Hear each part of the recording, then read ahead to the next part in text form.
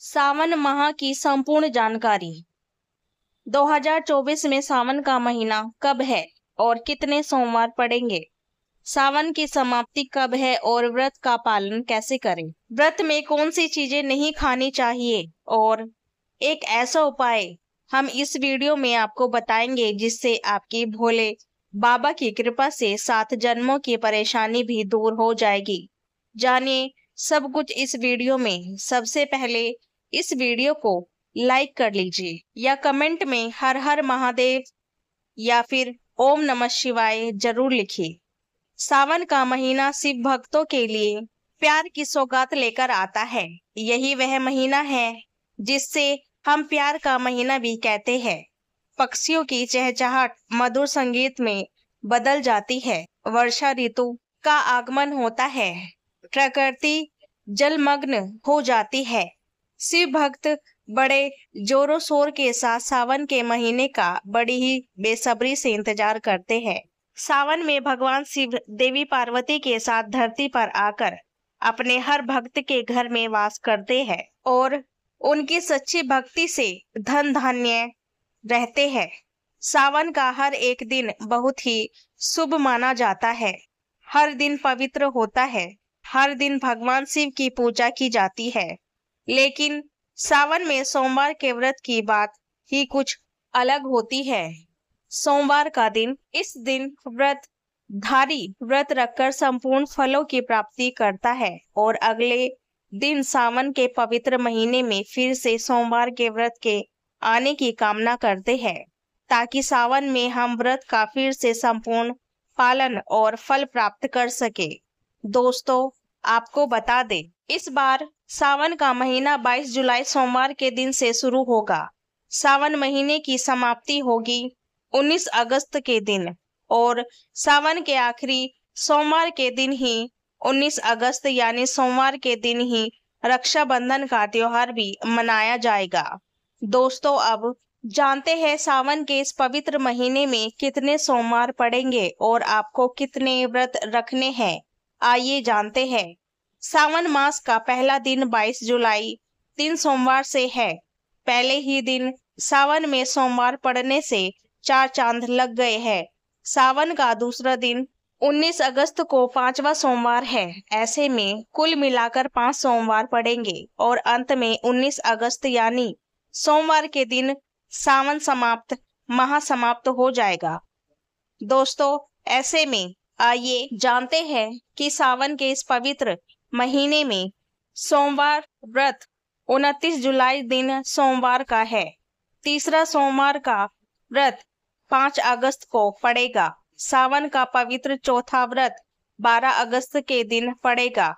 और कौन सी गलती नहीं करनी चाहिए जिससे कि शिव जी नाराज हो जाए। सबसे पहले आइए जानते हैं कि सावन व्रत में कौन सा फल नहीं खाना चाहिए।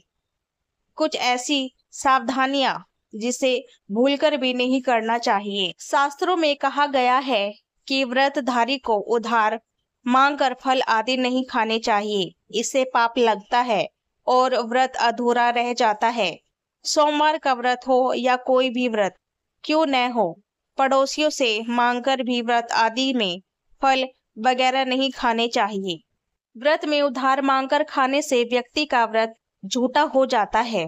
ईश्वर की शरण में आने पर व्यक्ति को झूठा नहीं बोलना चाहिए, कर्ज नहीं लेना चाहिए, चुगली आदि नहीं करनी चाहिए, उधार मांगकर भी नहीं खाना चाहिए। अगर आपको कोई अपनी मर्जी से खाने के लिए व्रत में कुछ देता है तो उसे आप खा सकते हैं, लेकिन व्रत में कम से कम उधार मांगकर फल आदि नहीं खाने चाहिए।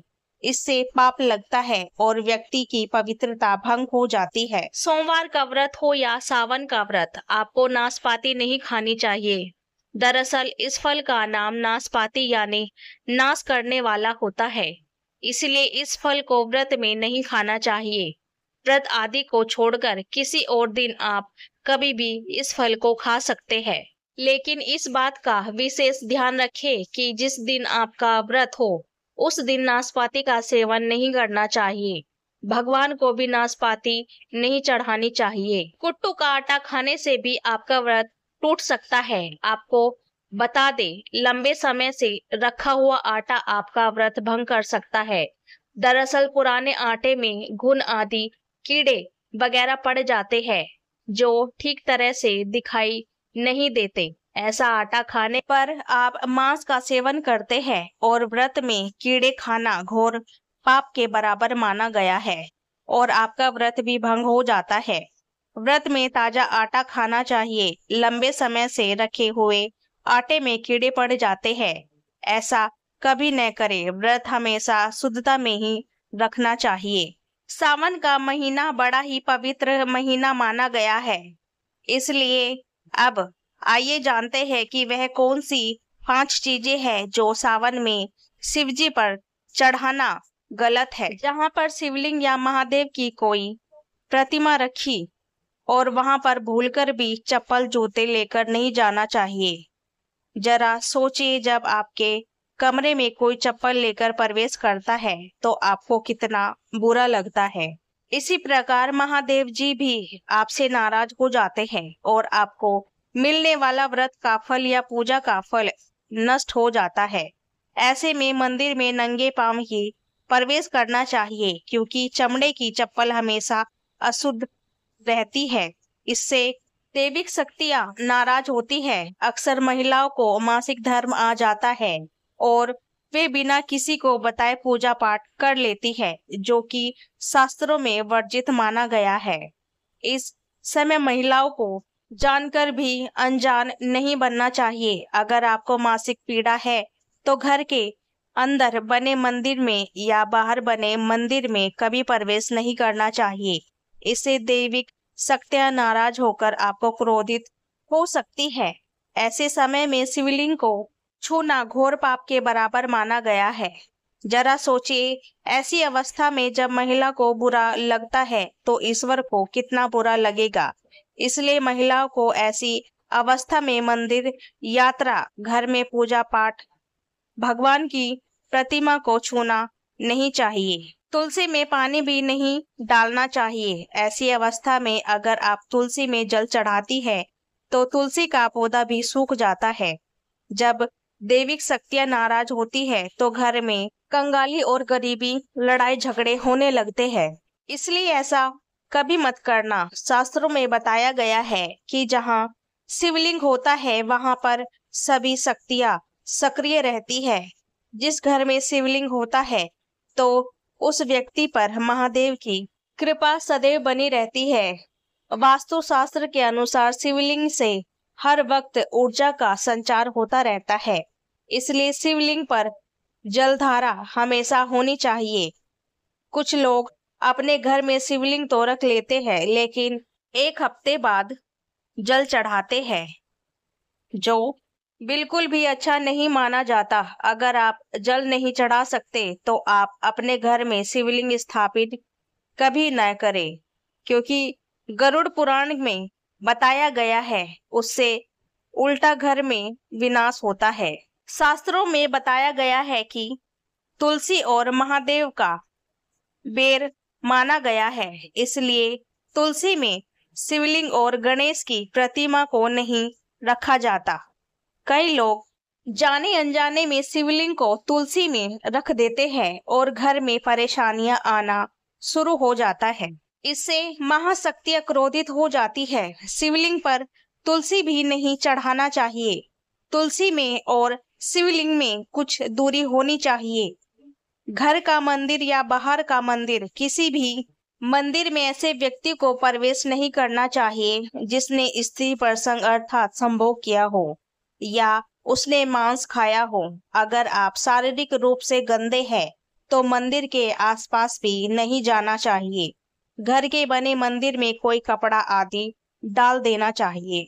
जरा आप ही सोचिए, क्या आप मांस खाकर या स्त्री के साथ शारीरिक संबंध बनाकर भगवान के पास जाएंगे तो क्या वह आपसे प्रसन्न होंगे?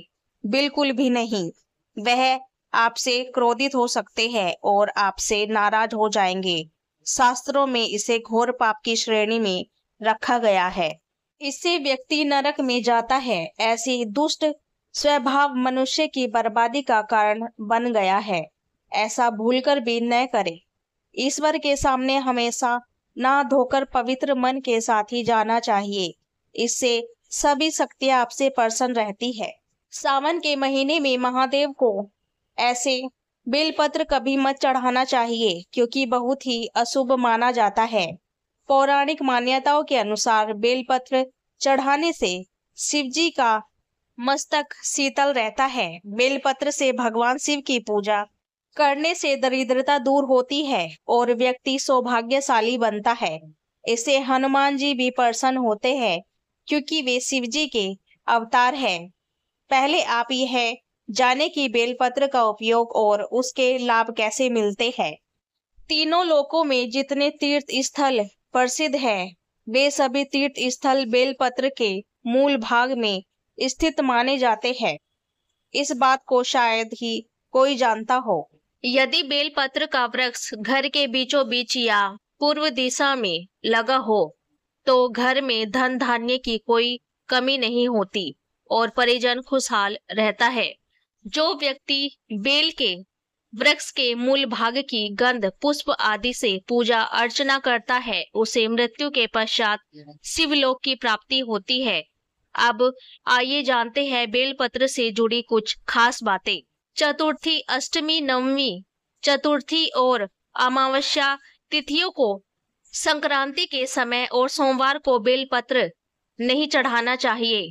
पूजा से एक दिन पूर्व ही बेलपत्र तोड़कर रख लेना चाहिए। आपको बता दें, बेलपत्र कभी अशुद्ध नहीं होता।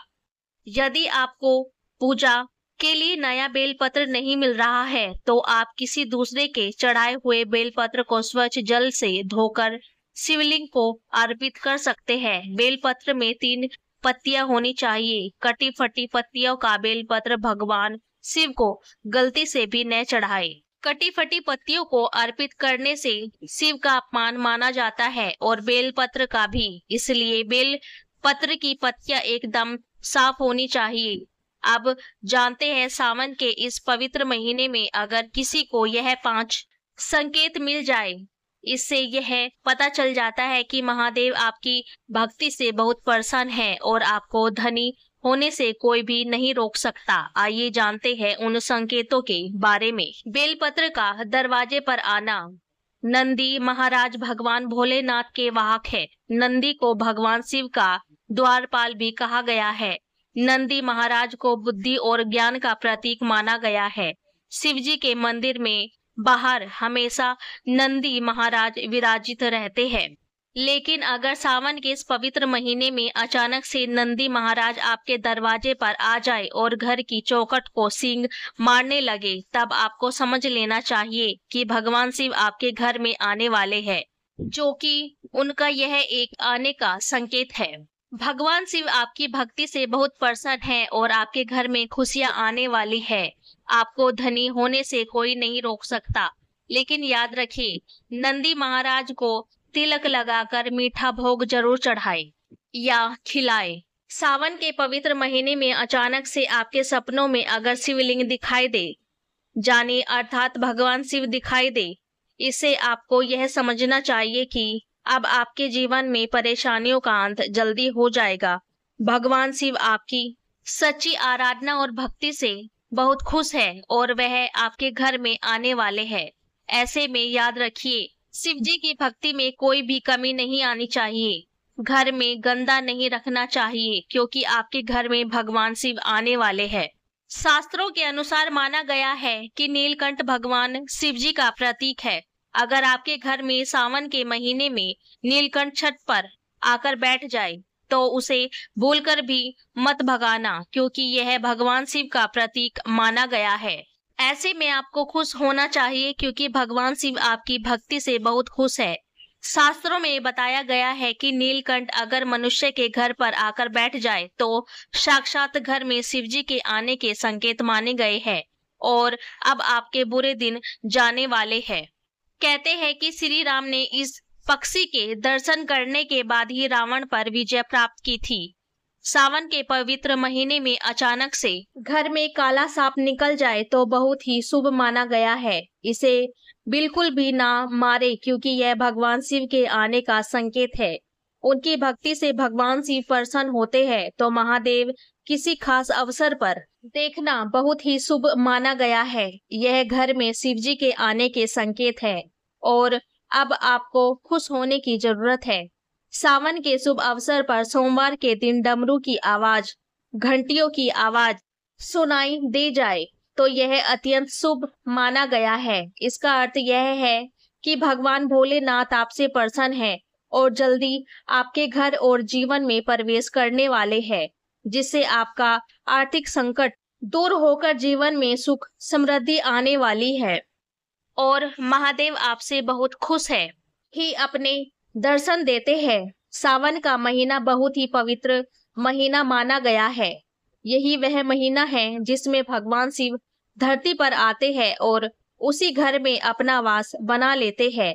सावन के पवित्र महीने में सपनों में किसी मंदिर में नाग नागिन का जोड़ा बस कर लेना। यह उपाय सावन बार बार नहीं आता, इसलिए यह उपाय जरूर करना।